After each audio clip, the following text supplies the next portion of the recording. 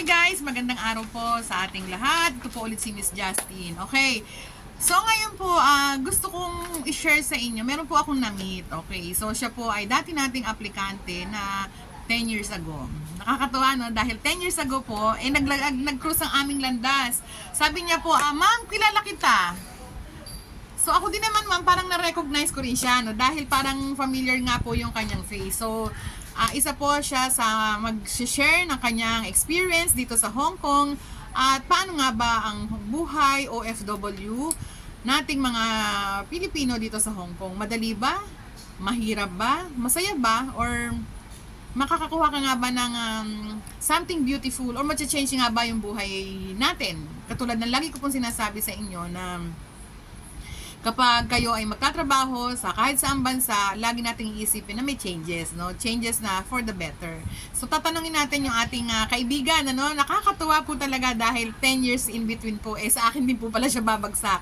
Dahil po kailangan niyang humanap ng employer dito sa Hong Kong, and she's so willing to share her experience about Hong Kong life and her journey here with her employer. So, siya po ay ating papakilala. Siya po si Ma'am Emma. Ma'am Emma, papakilala ko sa iyo, ihaharap ko po sa iyo ang ating camera na hindi pala pwede. Kailangan pala ikot itong gano'n. Okay, hi! Siya po si Ma'am Emma. Hello everyone! Ako po si Emma Barcena. Lilipat ako sa tabi mo, ma'am. Ako po yung dating applicant ng Angelex Allied Bank and then Allied Agency. So after 10 years po, nakita muli kami dito ni Ma'am Jazz. So familiar siya sa aking mukha. Okay, Yes. so ito po kaming dalawa ngayon, Yan. ano, na Kami parehas na dalawa. kami tumanda at tumaba dito sa Hong Kong. Okay, guys.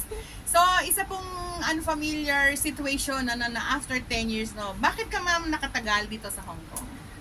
Siyempre, kailangan ko magtrabaho para sa mga anak ko. At siyempre, pinalad naman, mabuti yung aking employer. Hindi naman mahirap ang trabaho. Ayun, tama lang. Okay, so i-compare mo nga, ma'am, yung buhay natin nung tayo ay dumating dito, compare mo sa mga baguhan ngayon. So, ano yung pwede mong i-share kung para to stay in Hong Kong for 10 years? Kasi po si Ma'am Emma, she's have to employer in Hong Kong. Yung una po ay relocation. Tapos po yung pangalawa naman, lumaki na po yung kanyang alaga at mag-aaral na abroad. So, parehas po yun na matagal, no, na employer. So, she don't have any experience na after 2 years. So, yung unang employer mo, Ma'am Emma, ilang taon? Yung unang employer. So, yung unang employer ko na relocation ako doon, bali, tumagal lang ako ng 1 taon at 8 buwan. And second, nakahanap naman ako dito ng pangalawang employer ko dito sa Maonshan, New Territories. Tapos, tumagal naman ako ng 7 years. Kasi, Oh, yes. terminate nila ako, gawa ng yung alaga ko sa Japan na mag-aaral. Yes, so ganun po, no, hindi po, yung mga helper nung araw, yung mga katulad namin mga OFW nung araw, really we are staying in Hong Kong for longer time. Bakit nga ba?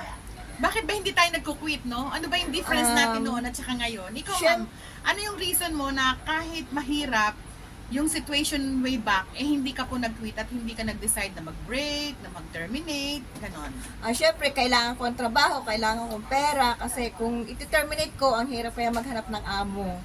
So, kailangan natin guys, mahaba ang pasensya natin sa employer, yung follow the instructions para hindi tayo i-terminate. At lalo natin mahalin yung employer natin, lalo yung mga anak nila. Gawin natin ng tama hanggat kaya natin gawin.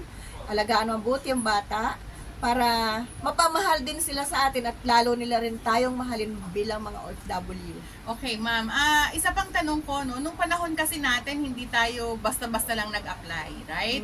We do the training in the Philippines for Yes. few weeks. Ako, ma'am, 2 weeks ako nun eh. 2 weeks din ako. 2 weeks. So, and also, ang isa pang pagkakaiba nun, ang laki ng binabayaran natin sa Pilipinas. Tama? Yes, correct.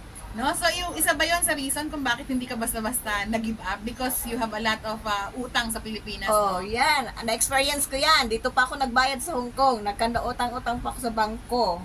Yes. Like, pinambayad ko doon sa Dating siyempre, agency. agency ko.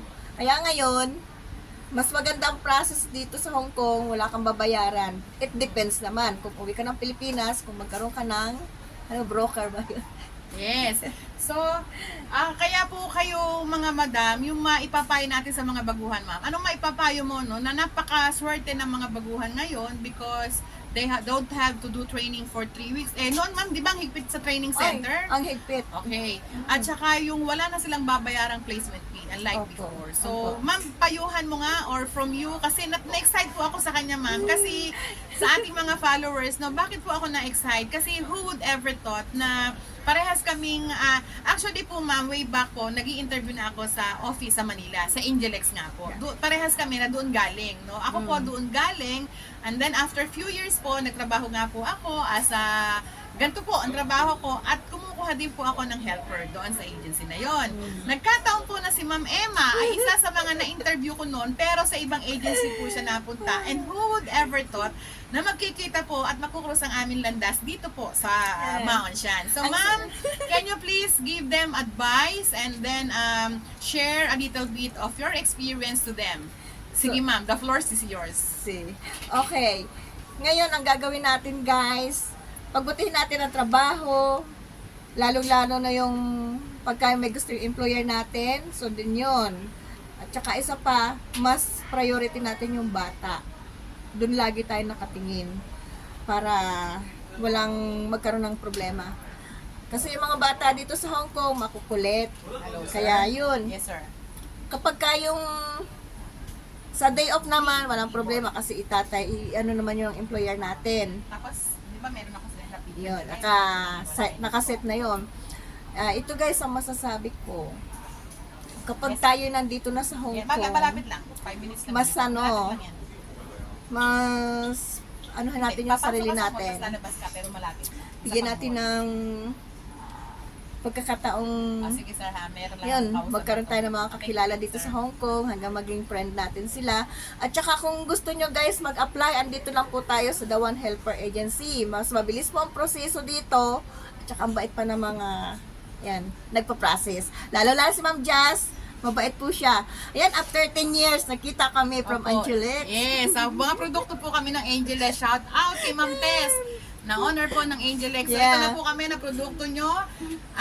Okay, ito pa ang isang exciting part, no? Di ba kapag ako po ay nagla-live, lagi kong sinasabi na hindi nyo man marating yung narating ko, pero definitely po, mababago ang buhay nyo. At si Ma'am Emma po, ay isa sa mga example na hindi man kami parehas ng status, no? Of course na ako po, sinasabi ko sa inyo lagi na I'm always the same before kung paano ako dumating sa Hong Kong hanggang ngayon. Na iba man ang status ko ng buhay. Si Ate Emma, although she's still domestic helper, pero wag niyo pong peperohin lang dahil si Ma'am po ay napakarami nang na-invest sa Pilipinas. Napalaki niya yung kanyang 5 anak. Nagkaroon na po siya ng mga property sa Pilipinas. So yun po yung sinasabi natin na ma-change ang buhay natin. Hindi nyo man marating ang narating ko, pero ma-change ang buhay nyo tulad ng buhay namin parehas ni Ate Emma. Yun lamang guys, and have a nice day everyone. Salamat po, and thank you Ma'am Emma for the Welcome interview. po Ma'am Jazz. Salamat ma'am. Sige, Bye. bye.